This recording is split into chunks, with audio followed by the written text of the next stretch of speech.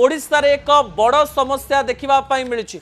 राज्यर कोण अनुकोण जो माने विभिन्न भत्ता पाउचंती, जो माने ओल्ड एज बा जो माने वयस्क भत्ता पाउचंती सेही मानकर भत्तारे गोटे बड़ समस्या देखा मिली। राज्य रे हजार हजार महिला प्राय 3 मास धरी भत्ता पाई नाहंती। अनेक वृद्ध मध्य एथिरे भत्ता न पाइथिवार तथ्य सामना को आसीछि। विजुअल उपरे आपणकर दृष्टि आकर्षण करे दबा पई चाहिबे। आपण जानिचंती राज्य रे एंती अनेक लोक रहिचंती जो लोक माने सरकार को द्वारा दिया जाउतवा भत्ता उपरे निर्भर करी बंचंती।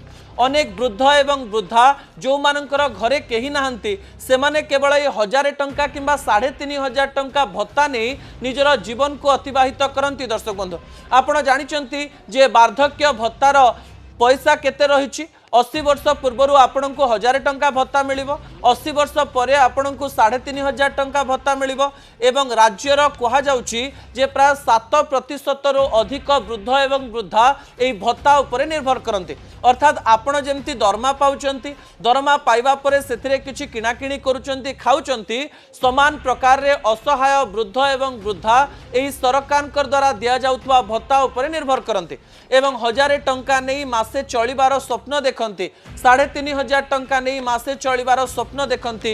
यही समय 3 मास धरी जेते बेले सरकार विभिन्न प्रकार उदासीनता जोगु एमानंक पाखकु भत्ता पहुंची पारि नाही। सेमाने निजर दुखर कहानी कहवा सहित आंदोलन करिथवार दृश्य मध्य सामना को आसुछि।